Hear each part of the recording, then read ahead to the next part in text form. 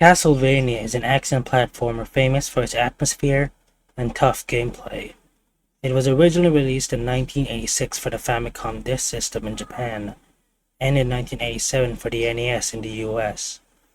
In 1993 it was re-released in Japan, but in a cartridge like the US version. This game started the famous Castlevania series that blends platforming and action together in a way that makes gameplay challenging, but also rewarding. In Japan, it's known as Akumajo Dracula, which translates to Demon Castle Dracula, or Devil's Castle Dracula. Personally, I prefer Castlevania. The box art clearly shows what the game is about. You have this warrior with a whip getting ready to enter Dracula's castle. This art seems to have been inspired by Frank Frazzetta's Norseman from 1972.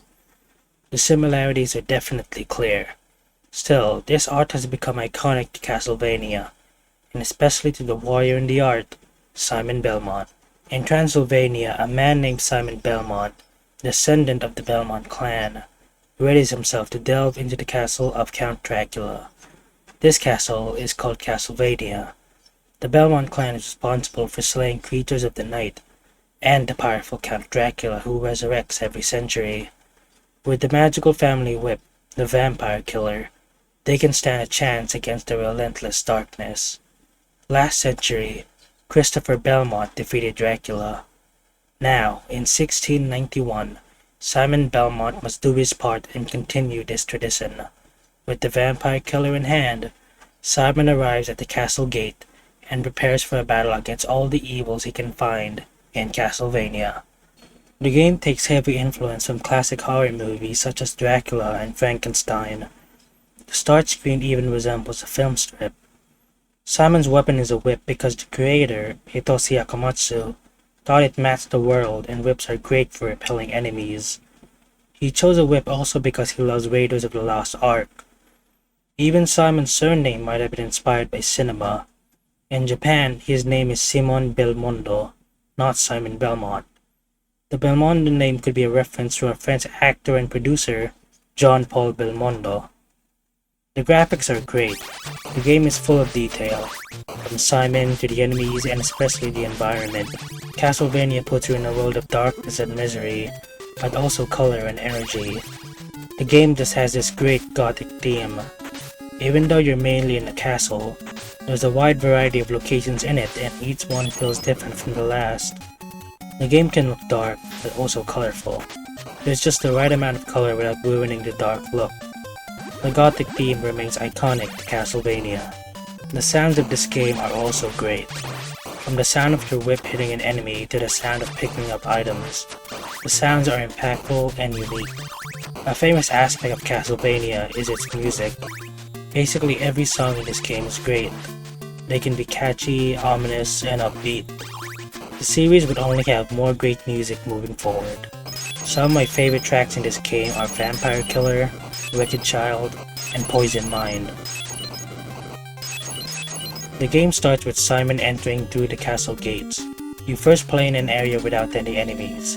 Just some torches that you can hit with your whip to get items. The Vampire Killer starts off as a leather whip, but you can get upgrades for it that drop from candles and enemies. You can upgrade it into a chain whip, which does more damage, and when fully upgraded, the chain whip becomes longer, allowing you to safely hit enemies at a greater distance. There's a timer, but you're given more than enough time to get through a level. I don't recall a single instance where I ran out of time and failed a level, so don't worry about it.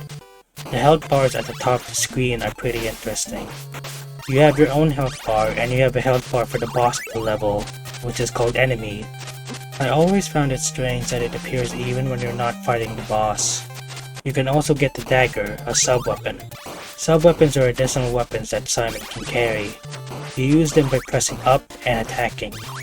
You can only have one at a time, but they can be very useful in certain situations. Hitting a candle can drop hearts, and these are used for your sub-weapon. They're basically ammunition. You start off with 5 hearts with every life. Most sub-weapons only take 1 heart per use. There are 5 sub-weapons in the game. The dagger is weak, but you can throw it to hit enemies at a further distance than your whip. It's meant to introduce you to the concept of sub-weapons. The holy water is thrown downwards and can continuously burn enemies, basically freezing them in place while you do so. The stopwatch briefly freezes time, and it also takes 5 hearts to use instead of just 1. The axe can be thrown in an upwards arc, which is perfect for enemies above you. Then there's the cross. It can be thrown at a distance and it does good damage. It also returns to you, and if you catch it, you can throw another one sooner. Keep in mind that you can only have one sub-weapon on screen. That means you can't rapidly fire daggers or crosses. However, you can have more than one sub-weapon on screen if you get double and triple shots. The double shot spawns after you hit candles or enemies enough times with a sub-weapon, and then get one from a drop from either of them. You can also find it in stages hidden in walls. The double shot lets there be 2 sub-weapons on the screen at the same time, effectively doubling how often you can use your sub-weapons. You can find the triple shot the same way you find a double shot. Just hit enemies or candles with your sub-weapon until either of them drops it. The triple shot lets you have 3 sub-weapons on screen, which can make the game easy.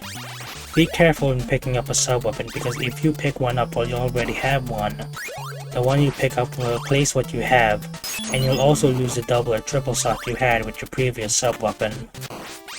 I would be okay with this, but there's one aspect of the game that makes it irritating. Enemies can sometimes drop sub-weapons. You could have a cross with a triple shot, but an enemy might drop an axe and you could accidentally pick it up. Maybe this was meant to benefit the player, but I found it really annoying. Before you enter the castle, jump over the entrance and a money bag will appear. Jump over the entrance again to grab it. Honestly, this jump is kinda tricky for me because I could accidentally touch the entrance, making me enter the castle and miss the money bag.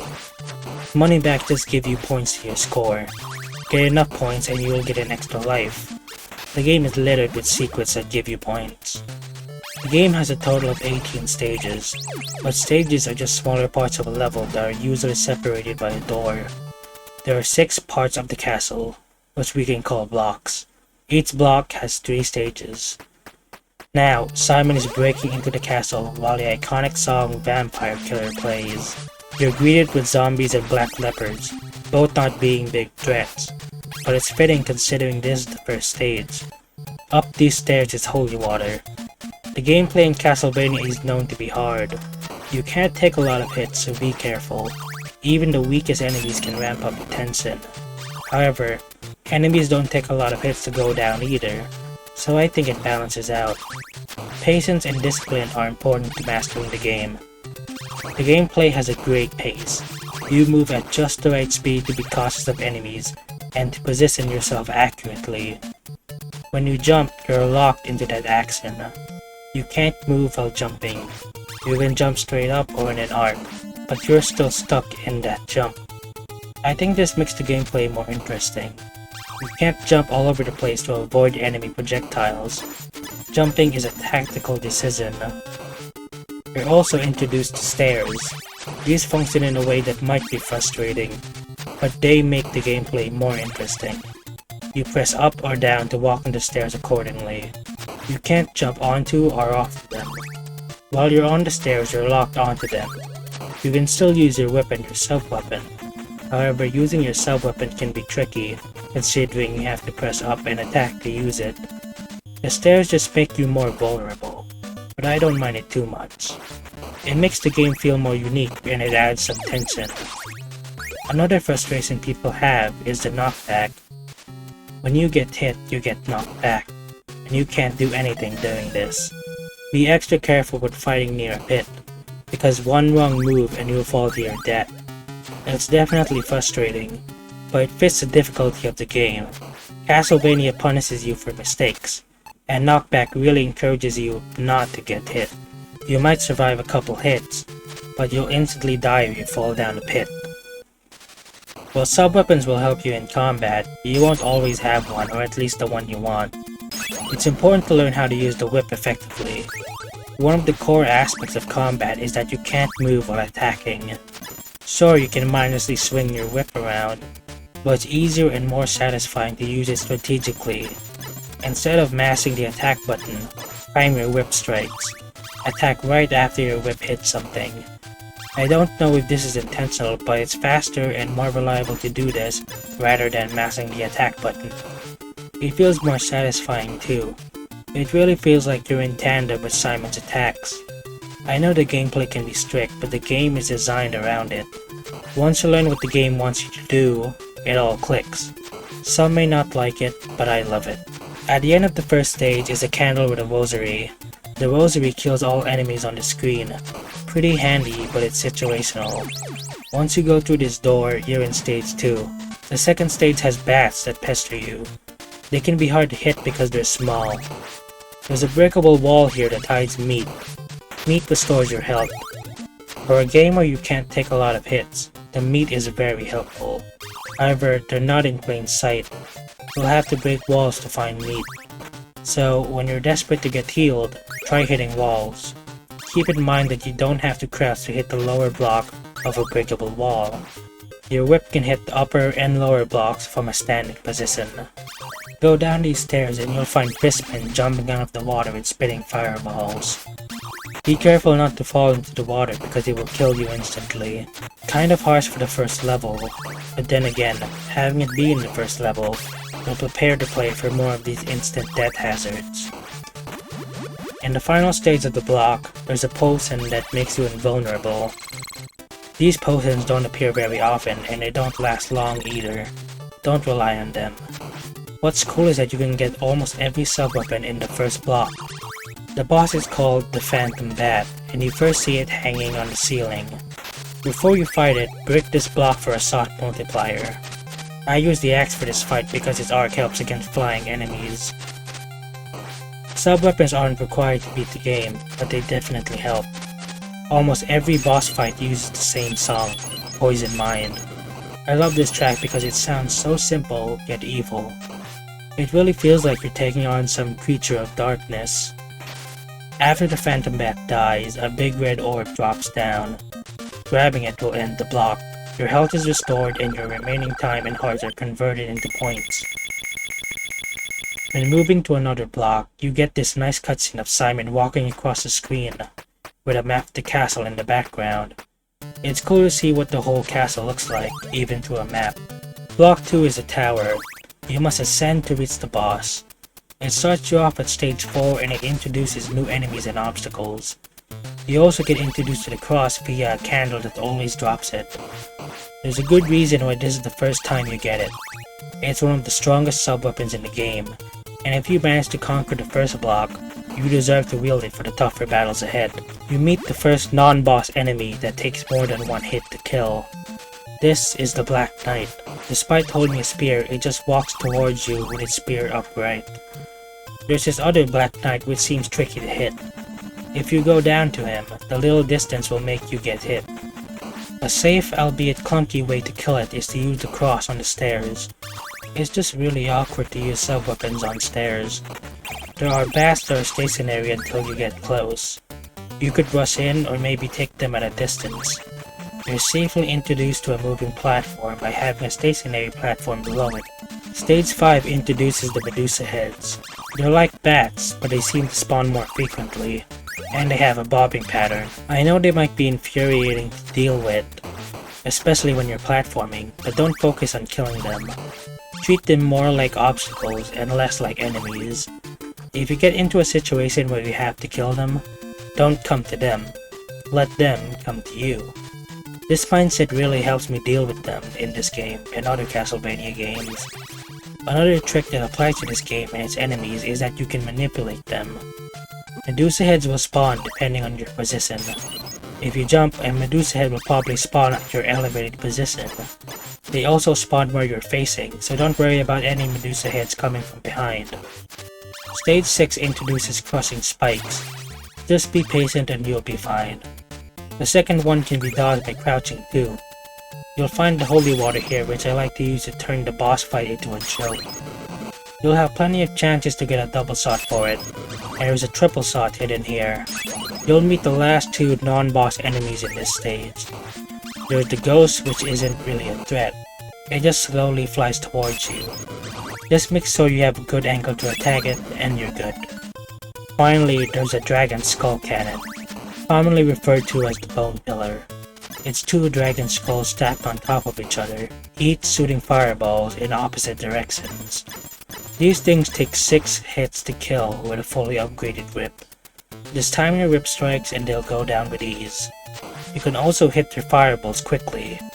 I love that you can hit enemy projectiles. It just adds another layer of skill and complexity. The last part of the stage is running towards the boss while avoiding Medusa heads. The boss is Queen Medusa herself. Her head pops out of a statue and it flies around and drops snakes. I don't usually see her do much because I just burn her with holy water. Just keep using holy water and you'll lock her into place. When you can't throw any more holy water, you'll still hit her with your whip. With that quick boss fight over, Block 2 is finished. Block 3 is outdoors. It starts at stage 7 and has one of my favorite tracks in the game, Wicked Child. It just sounds so energetic yet somehow gothic too. Block 3 introduces even more enemies. First are the hunchbacks. They jump around the place so they're hard to hit. Patience and discipline will help you here. Once a hunchback is on screen, I just stand still and let it come to me. Next is the white skeleton. They throw bones while dancing around. Annoying, but at least they die in one hit. Next is the flying enemy, the raven. You can change its direction and elevation. At least it doesn't constantly move. Sometimes it just stops. Stage 8 has you moving towards Medusa heads. Just keep moving and they'll basically never hit you. Just be careful at the end of this section. The top section has platforming with ravens and dragon skull cannons. The ravens are a nuisance, but their hitboxes are actually pretty generous. Stage 9 has more of the same as the top section of Stage 8, but now with white skeletons and Medusa heads. I love that you can see parts of the castle here. You can see the clock tower and the throne room where Count Dracula is. Dodging Medusa heads while trying to kill a dragon skull cannon is stressful. Just time your whip strikes to kill the dragon skull cannon fast. You have 2 bosses to fight here. The 2 mummy men are difficult to deal with but they're throwing their bandages at you. The bandages fly in a bobbing pattern like the Medusa heads. However, they're also pretty easy. Honestly, all of the bosses are easy if you have holy water with a triple shot. I just stay above them and use the holy water and whip them. Don't break the block here if you want to do this strategy. It gives meat, but you can't stay above the mummies anymore. Block 4 starts with Simon falling into an underground section of the castle. Thus begins stage 10. This block gave me a lot of trouble when I first played on it. It still gives me some trouble. I thought these skeletons could be used as platforms. They can't. They look like they could be platforms given how they look as big as the blocks which make up platforms. Right at the start, you have to ride this platform while fistmen and bats harass you. One hit from either of them and you'll probably fall off the platform and into the murky depths below. If you started off with holy water, you'll probably lose it here. There's the stopwatch before the platform which can help you. You can get holy water after this. Make sure to crouch under the stalactites for the next moving platforms. Going up these stairs takes you to stage 11. Stage 11 is a rush to the next stage while eagles drop off hunchbacks. Don't ignore these hunchbacks. Kill each one that gets dropped so you won't be overwhelmed. You'll meet a skeleton dragon here. It's also known as a white dragon. It comes out of the wall and spits fire. The strategy here is to keep your distance. Hit it with the end of your whip. I use the holy water here so I can get a double shot. Stage 12 has more skeleton dragons. Be careful of the knife in the second candle. You'll probably want to keep holy water with a shot multiplier instead. You have another double boss battle. Frankenstein's monster and Igor. Igor just looks like a hunchback. He can throw fire and his health bar is connected to the monster. Just use the holy water here and they'll be helpless. Without the holy water, they would be one of the toughest bosses in the game. The holy water is overpowered, but it takes some effort to bring it to the end of a block, and even more so to give it a triple shot. I think the developers understood this too, because block 5 only has 1 holy water, and it's in the first stage of the block, stage 13. This is the main building of the castle which seems to be a dungeon. You have to deal with hunchbacks and white skeletons. You also meet the new red skeletons which revive after dying. Stage 14 introduces the Axeman, also known as Axe Armor. It's tanky and it throws axes that return to it like a boomerang. It can throw an axe from above and below. You don't have to crouch to hit the one below. These guys like stepping away from your attacks. Remember that you can manipulate enemies. If you move backwards, he moves forwards. What I do is throw holy water, move back, and watch as the Axeman walks into the fire. If you want to keep the holy water until the end of the block, ignore this candle at the end because it holds an axe. The rest of stage 14 has more axemen and red skeletons. Now we're at stage 15, one of the hardest stages in the game. It starts off easy with some bone killers and red skeletons. There's a cross on the first floor. If you don't have holy water, this is a good substitute. There's meat in this wall on the second floor. You'll probably need it. What people remember this stage and this block for is the second part of the stage. That's hallway. Medusa heads fly around while you have to kill the resilient axemen. Honestly, aside from hoping for the best, just charge in and don't look back. Medusa heads will spawn where you're facing, so looking back will just give you problems. The boss is the Green Reaper, also known as Death. Without the holy water with the triple sword, this boss is one of the hardest in the game. Death flies around and summons sickles that also fly around. It's also a brutal battle normally. If you don't have the holy water, use the cross. With Death gone, only Dracula is left. Block 6 is the clock tower. Stage 16 starts you with making your way into the tower through a long bridge. You have phantom bats guarding the bridge however. You can freeze them with the stopwatch. I don't bother fighting them, I just went straight to the next stage. Avoiding the phantom bats is actually pretty easy as long as you know when and where to jump. Stage 17 is the inside of the clock tower, filled with white skeletons throwing bones and eagles dropping off hunchbacks. The white skeletons are gonna be tough with them throwing bones, but they're not as bad as the eagles and hunchbacks. This is definitely one of the hardest and most stressful parts of the game. Just hope you don't get hit and keep moving. Finally, we arrive at stage 18, the battle with Dracula. The crescent moon shines brightly as Simon walks up the stairs to beat his vampiric foe. The stage gives you a cross and holy water if you need them. I like to keep the holy water. If you get a game over here, you'll start off at the bottom of the stairs, giving you all the chances you need to defeat the powerful Dracula. Dracula's coffin is open and he appears to face Simon. He opens his cape to throw 3 fireballs and then disappears. He teleports to a different location to do it again. Only hitting his head will hurt him. My strategy is to stay in the middle of the room. That way I have equal distance to travel left or right when Dracula teleports. After Dracula opens his cape, I jump towards him and strike his head. This lets me jump over his fireballs. If you're early on the jump, the fireballs will aim upwards and hit you. This fight can be tough, even if you know how to beat him. It's a long battle that will test your endurance and patience. Eventually, Dracula is beheaded by Simon, and his body parts scatter, revealing a monstrous beast. This fight is more primal than the calculated first phase. Even the more intense music reflects this. The beast leaps around and spews fireballs. The holy water can stun it, but it'll still take a lot of hits to kill. After a fierce battle, Simon slays the beast. He grabs the last orb and he is victorious.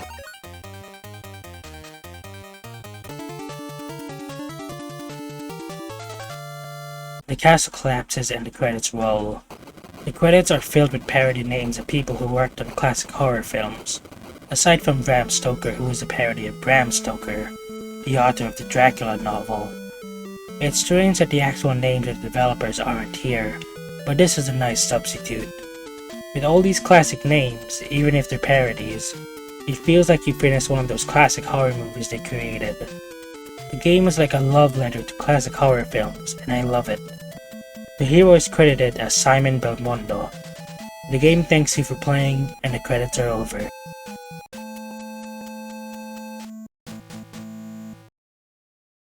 There's a developer who was mentored by Hitoshi Akamatsu, the creator of Castlevania. The developer talked about some interesting things regarding Castlevania and Akamatsu's ideas. Whether you want to believe the developer or not is up to you. I believe the developer because the things Akamatsu said about Castlevania seem pretty plausible. According to Hitoshi Akamatsu, the beast you fight at the end is not Dracula. It's an incarnation of the curse of man. In the sequel, Simon's Quest, it's revealed that Simon was cursed. He is the only Belmont to be cursed after a battle against Dracula. It's safe to say the curse of man was responsible. Akamatsu also said that in a truly peaceful age, Dracula would not exist. The idea of Dracula existing due to the evil of mankind is a concept that would stick. Akamatsu also said the gears of the clock tower represent Dracula's heart. As the castle crumbles before the credits, you might notice that only a portion of the castle actually collapses, that portion being the clock tower. This represents Dracula's death. The rest of the castle remained. Akamatsu said that this and Dracula's head flying off were hints to a sequel. The rest of the castle still standing was like his nod to horror movies. The story might be over, but not the gameplay. After the credits, the game starts in the first block, but the first stage is called Stage 19. You can replay the game while retaining the points and weapons you had. You'll also face stronger enemies, and more of them. People refer to this as a second quest, or hard mode. I think the enemies do more damage, but in terms of placement or amount, they're largely similar aside from some exceptions.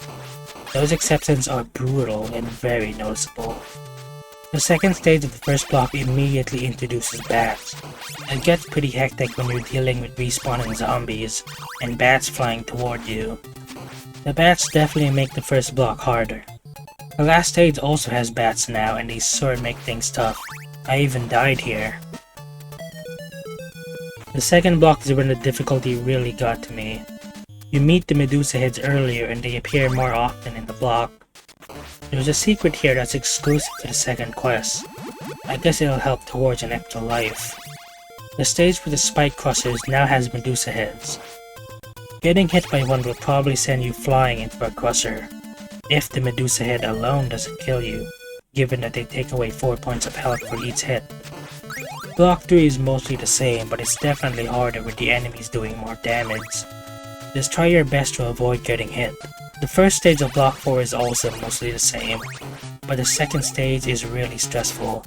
Now you have to deal with bats flying around along with the eagles dropping hunchbacks. Block 5 seems to be exactly the same, along with Block 6. There doesn't seem to be any more surprises after Block 4. I think the most amount of health an enemy can take away from you is 4 health points, which makes things difficult because that's the amount every enemy can deal to you, even on the first block of the second quest. I even played a little bit of the next loop to see if there are any changes, and from what I played through, there doesn't seem to be any. Now that I've covered the American version of the game, I want to talk about the Japanese version. There are actually 2 versions of the game in Japan. The original came out in 1986 for the Famicom Disk System, and there was a re-release for the Famicom in 1993. The Famicom was the NES in Japan. The Famicom Disk System was a peripheral for it which used floppy disks. I'll mainly talk about the Famicom re-release because it's what's included in the Castlevania Anniversary Collection. I'll refer to the Japanese version as Akumajo Dracula. In Akumajo Dracula, the Konami logo is shown before the title screen, and the title screen itself is different. It still has that film strip aesthetic, but just different.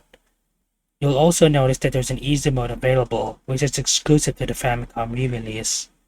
In easy mode, you start with 30 hearts and 9 lives. You take less damage and bosses take double damage. One of the biggest changes is that there is no knockback. When you get hit, you just freeze in place briefly. You get to keep your sub-weapon and even the soft multiplier you had after you lose a life, but you still lose them all if you get a game over. Not only that, but the SOT multipliers don't go away when picking up a new sub-weapon. The FDS version allows players to save their progress where the American and Famicom releases don't. You have to finish the game in one go in those versions. The file select screen even has its own unique track. Your file name also appears in the credits, making it the name of Simon's actor, completing the movie theme of the game and the credits. While this was cool, the FDS version had a problem due to it being on a disc. The game had to load between each level to display the castle map. The FDS version also doesn't have a demo after you stay on the title screen for long enough.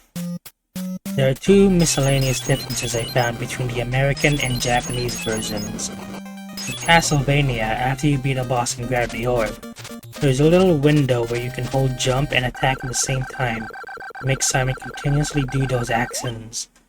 I think this is the only instance of this. Maybe it's a bug or maybe it's meant to be a way to celebrate. You can't do this in the Famicom version, but I don't know if you can do it in the FDS version, because I don't own one and can't test it. I know this is minor, but I noticed it. The other difference is that when you finish a block and the hearts get converted into points, it goes faster in the Famicom re-release. Another minor difference, but it gets me to the action faster, so it's good. There's just so much I can talk about when it comes to this game. There's a digital book included in the Castlevania Anniversary Collection, which sheds some light on the development of Castlevania. There's some interesting stuff here, like Simon Belmont's original name being Peter Dante, and he's the grandson of Christopher Dante. Honestly, I think Peter Dante is a cool name, but I'm fine with Simon Belmondo, or Belmont. Christopher does exist in Castlevania as Christopher Belmont, but he's not likely to be Simon's grandfather. He'd probably be too old. Dracula rises once a century after all. In the book, Peter Dante jumped using the D-pad. The two face buttons, with the use of a direction, were used to whip and use power-ups. Angled whip attacks were planned. You could have lashed the whip horizontally forward, diagonally down, and diagonally up. This was pretty ambitious, but ultimately cut and they wouldn't appear until Super Castlevania 4, which came out in 1991. It's really interesting to know that the idea of angled whip attacks were planned as early as the development of the first Castlevania. There were also cut items and sub-weapons. Some would be added in Castlevania 2, Simon's Quest, like the garlic and steak. I find it interesting that the meat here is called Speed Up, and as the name suggests, it increases the player's speed, along with reactivity, whatever that means. Maybe it slowed down enemies? The item that would restore your health would be Pow Food. You could even grab Speed Up and Pow Food from enemies. That would have made things easier and more convenient. What really stuck out to me were the pistol loaded with silver bullets and the stake. The pistol would have been used to kill werewolves in a single shot. Werewolves don't appear in Castlevania, but they do in Castlevania 2. The stake would have been used to kill Dracula. Castlevania 2 would have the oak stake, but it's for shattering orbs which contain Dracula's remains. Other notable things include the wolf transformation and the guardian spirit. Simon could have transformed into a werewolf and made the whip more powerful. And the guardian spirit is a bird that you send out to fly across the screen and attack enemies, and then it'll return to you. Both of these might have been used as inspiration for two characters which appear later in the series, Carnell and Maria Renard. I would have loved to see what this version of Castlevania would have been like. It has so many interesting concepts. I'm glad that some of them reappeared in later entries. Some of the concepts in those later entries might act differently, but they might have stemmed from those very early ideas. Castlevania would go on to become a classic. Simon's story would be retold in various ports and games. Super Castlevania 4 is probably the most popular retelling. Simon himself would go through many different designs. People seem to think that Simon in the first game looks like the barbarian-like warrior on the cover. I don't know about that. This is what he looks like in the Japanese manual for the game.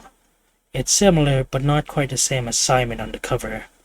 This is probably the most accurate depiction of Simon in the first Castlevania. Some of his redesigns even take inspiration from this, mainly through the red hair. When I see Simon's sprite in the game, this design is what I imagine it to be. Dracula in the manual also looks accurate to how he looks in the game. Simon is definitely one of the most popular Castlevania characters, and rightly so. Right in the first game, he helped introduce the classic but brutal Castlevania gameplay we all know and love. It would undergo many changes throughout the series, but the first Castlevania still stands as an amazing game. Castlevania is fantastic. It's brimming with atmosphere. The gameplay is challenging but rewarding. Music is classic. It's energetic, but it also adds to the horror atmosphere. Those willing to try the game out will probably struggle at first, but it's definitely worth it to reach the ending. Thanks to the Castlevania Anniversary Collection, you can make the experience easier by saving within the game. Some retro gaming enthusiasts might scoff at the idea of save states, but if they help more people appreciate how great Castlevania is, I'm okay with them. The gameplay is simply satisfying, and it's amazing how they managed to achieve it in 1986. All the systems just work so well, from the whip to the sub-weapons and to the level design. Everything just clicks together. The game can be strict. It's recommended not to do unnecessary actions. Don't jump or attack unless you need to because those actions can make you vulnerable. Focus on survival. The gameplay may not be for everyone, but for those willing to enjoy a horror aesthetic and challenging gameplay, Castlevania is the game for you. It's a classic for a reason.